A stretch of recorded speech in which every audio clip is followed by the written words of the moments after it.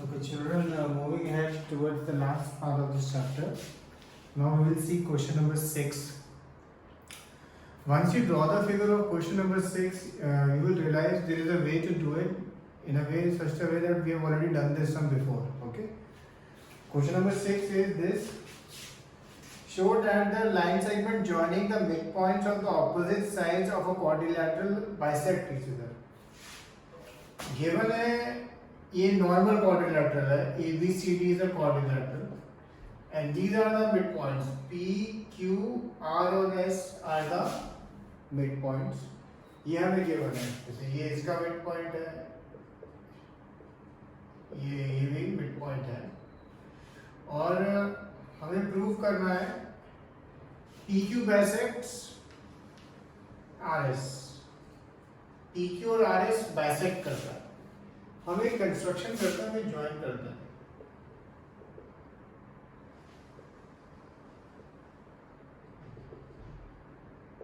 जब हम ज्वाइन करते हैं हमें देखते हैं हमें क्वाड्रिलेटरल एक मिलता है PRQS, एक ये क्वाड्रिलेटरल मुझे मिल रहा है, ठीक है, PRQS. इस क्वाड्रिलेटरल को मैंने see, if I prove this quadrilateral to be a parallelogram, अगर इस क्वाड्रिलेटरल को मैंने पैरेललोग्राम प्रूव कर दिया तो पैरेललोग्राम की प्रॉपर्टी क्या होती है? Diagonals bisect each other. तो बस इसको पैरेललोग्राम प्रूव करना है, और उसके लिए जैसे सपोज मैंने ज्वाइन कर दिया BD.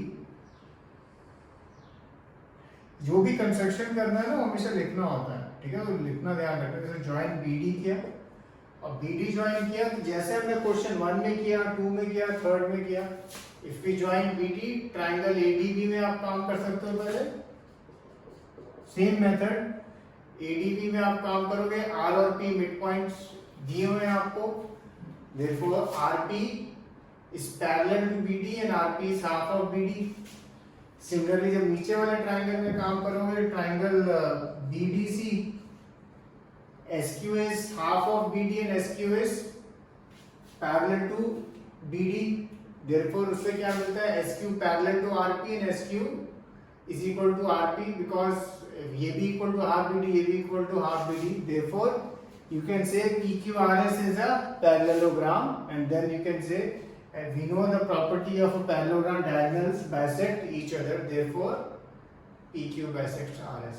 तो जैसा मैंने आपको बताया था, क्वेश्चन फर्स्ट वाला जो एक तरह से प्रूफ है, first question, second question, third question और अभी सिक्स्थ क्वेश्चन, ठीक है. सिक्स्थ क्वेश्चन में पहले आपको फिगर बनानी है, then you have to proceed ahead with this. Last question of the exercise, question 7. ये question invariably it is asked many times in the worksheets or your school exams, tests. So it's a very simple number. ABC is a triangle right angled at C. ये angle 90 दिया हुआ है आपको, C पे 90 degree है ये. A line through the midpoint of point M of the hypotenuse AB and parallel to BC. यानी एक लाइन ड्रॉ करी गई है M से जो मिडपॉइंट दिया है, parallel to BC. Intersects AC in D, D पे इंटरसेक्ट करती है. पहला है show that D is the mid point of AC first.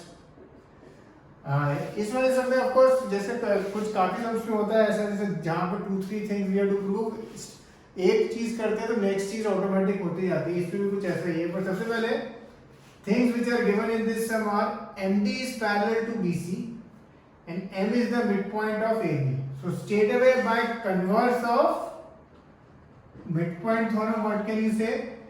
As M is midpoint of AB and MD is parallel to BC, therefore D is midpoint of AC.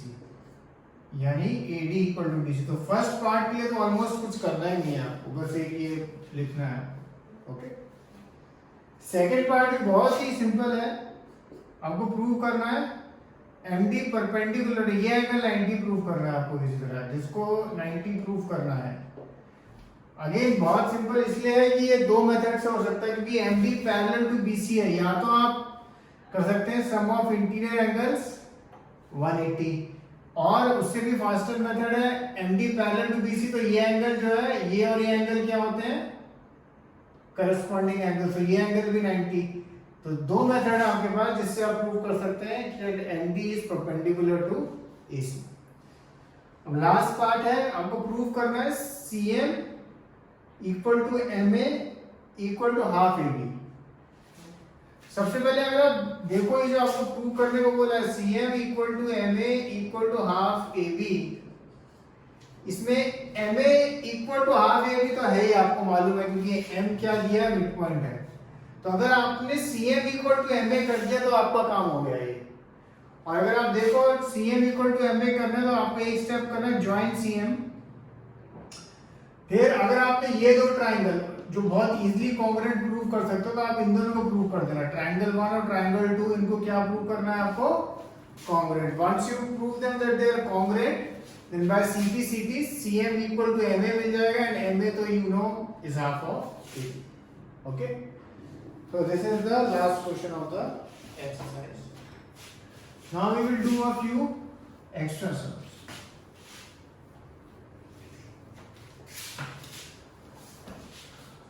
This is the first question. Question is ABCD is a regular pentagon. The bisector A of angle A meets side CD at M. Show that angle AMC is a right angle triangle. Right angle.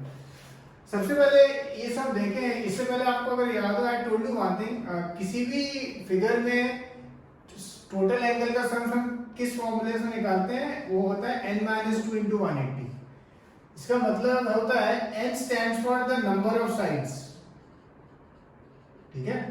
For example अगर आप triangle देखो, triangle में कितनी side होती है, 3 side होती है, तो 3 - 2 into 180, तो 1 into 180 यानी कितना हो गया, हमें मालूम है sum of angles of a triangle 180। Similarly अगर आप क्वाड्रिलेटरल देखते हो तो ये 4 - 2 होता है, 4 साइड्स होती है क्वाड्रिलेटरल की, तो 4 - 2 कितना, 2, तो 2 into 180 कितना होता है, 360।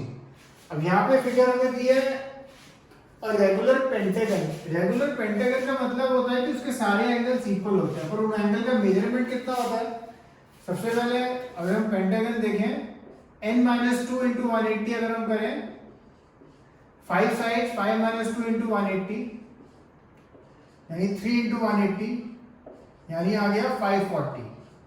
और कितने एंगल होते हैं, 5 एंगल होते हैं। तो एक अगर एक जो एक परफेक्ट रेगुलर पेंटागन है तो एक एंगल का मेजरमेंट कितना होगा उसका, 108 डिग्री, ठीक है। एक एंगल का मेजरमेंट होगा 108 डिग्री। ये चीज जरा करके दिखा देना, just do this. Now the question is, this is a regular pentagon, it is given to you, bisector of angle A, angle A का bisector meets CD at M, show that AMC 90 है। ये angle को आपको 90 prove करना है। सबसे पहले ये एंगल कितना होगा, 108, ये एंगल आपको मालूम है 108, ये वाला जो ऊपर वाला एंगल है, एंगल 1 लिख देता हूं मैं भी यहाँ पे, यानी एंगल BAM, ये आप इसलिए निकाल सकते हैं क्योंकि अगर ये बाइसेक्टर गिवन है तो ये 108 का हाफ होगा, जो भी इसका मेजरमेंट होगा वो आप लिख सकते हैं। Last step, if you see ABCM is a quadrilateral, and quadrilateral के एंगल्स का सम क्या होता है, 360। तो आप देखोगे आप ऑटोमेटिकली ये एंगल निकाल सकते हैं, एंड आइडियली ये आपका 90 आएगा। सो जब भी इस तरह का सम है, एक ये आपको फॉर्मूला ध्यान रखना है, ये sum of angles of a figure if you know the number of sides, 3 side हो, 4 साइड हो, 5 साइड हो, that way you can calculate. Okay, this is question 1। Question number 2, in a quadrilateral ABCD, the bisectors of angle A and B intersect at O। ये bisector है, यानी angle 1 और 2 equal है, angle 3 और angle 4 equal है, और उनके bisector meet at O। आपको प्रूव करना है angle AOB is half of angle C plus angle D। Okay, अच्छा ये एकदम सिंपल क्वाड्रिलैटरल है, कोई प्रॉपर्टी या anything like that is not given in this question. Okay, now just try to do this sum. I want to see what you do. ये एक चीज ध्यान रखिए, जो ट्राइंगल AOB का जो एंगल है उनका सम कितना होता है इसमें, 180, ठीक है। वहां से आप कुछ रिलेशन निकालने का ट्राई करना। एंड क्वाड्रिलेटरल के एंगल का सम भी आपको मालूम है कितना है 360। और एक चीज और मालूम है आपको, angle 1 equal to angle 2 and angle 3 equal to angle 4। Now in these terms when you are trying, you can take your time, take half an hour, 15 minutes, 20 minutes, just try it out, okay? There is no, like in this term there was a straightforward method. Here there is no straightforward method as such, you just have to think about it and try to deduce it on your own. इसका मैं आपको solution नहीं दे रहा हूँ because I want to see what you are thinking, okay? Question number 3, angle A plus angle C is equal to twice of angle B plus angle D। ये आपको given है एक चीज, और एक क्वाड्रिलेटरल ABCD की बात हो रही है। एंगल ए आपको 140 दिया है एंड एंगल डी आपको 60 दिया है, एंड आपको एंगल्स निकालना है दूसरे।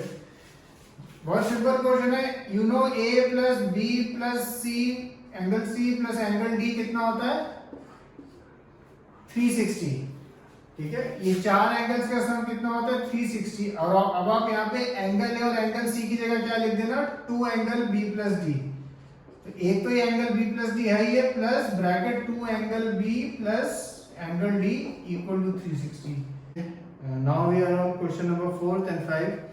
4th we will discuss and 5th is quite similar to it, that I think you can try on your own. Question number 4th, figure आपको दिया हुआ है। In the figure, ABCD and PQRC are rectangles. Q is midpoint of AC. Q midpoint दिया है आपको। Prove DP equal to PC. DP equal to PC करना है, Q midpoint दिया हुआ है। फर्स्ट वाला सम तो फर्स्ट स्टेप बहुत फास्ट है। ट्राइंगल ADC में अगर आप देखो, triangle ADC PQ is parallel to AD, क्योंकि ये रेक्टेंगल गिवन है आपको and rectangles are also parallelograms, तो PQ is parallel to AD you can write, and क्यों है parallel, because PQ is parallel to RC and RC is also parallel to AD, because आपको given है ये दोनों क्या है रेक्टेंगल्स हैं। तो PQ is parallel to AD and Q is the midpoint, तो उससे आपको क्या मिल जाता है सीधा, P is the midpoint of DC by converse of midpoint theorem, यानी DP इक्वल टू PC मिल जाता है। और जो सेकंड वाला है PR is equal to half of AC, वो उसमें तो कुछ करना ही नहीं है, for the simple reason QC you know is half of AC, QC is half of AC क्योंकि हमें गिवन है, एंड क्योंकि रेक्टेंगल है, रेक्टेंगल की प्रॉपर्टी क्या होती है, डायगोनल्स आर इक्वल, तो QC इक्वल टू PR, तो PR हाफ ऑफ AC भी आ जाएगा। क्वेश्चन नंबर 5 भी इसी तरह से काफी फास्ट होएगा, so try it on your own. में क्या गिवन है आपको, पहली चीज P is the midpoint of side AB of parallelogram ABCD। तो पैरेललोग्राम की सारी साइड्स क्या होती है, पैरेलल, वो याद रखना। A line through B parallel to PD meets DC at Q and AD is produced to R। Proof पहला, AR is equal to twice BC and BR is equal to twice BQ। ये सब भी काफी fast होगा, so just try it on your own once, okay. Cheers.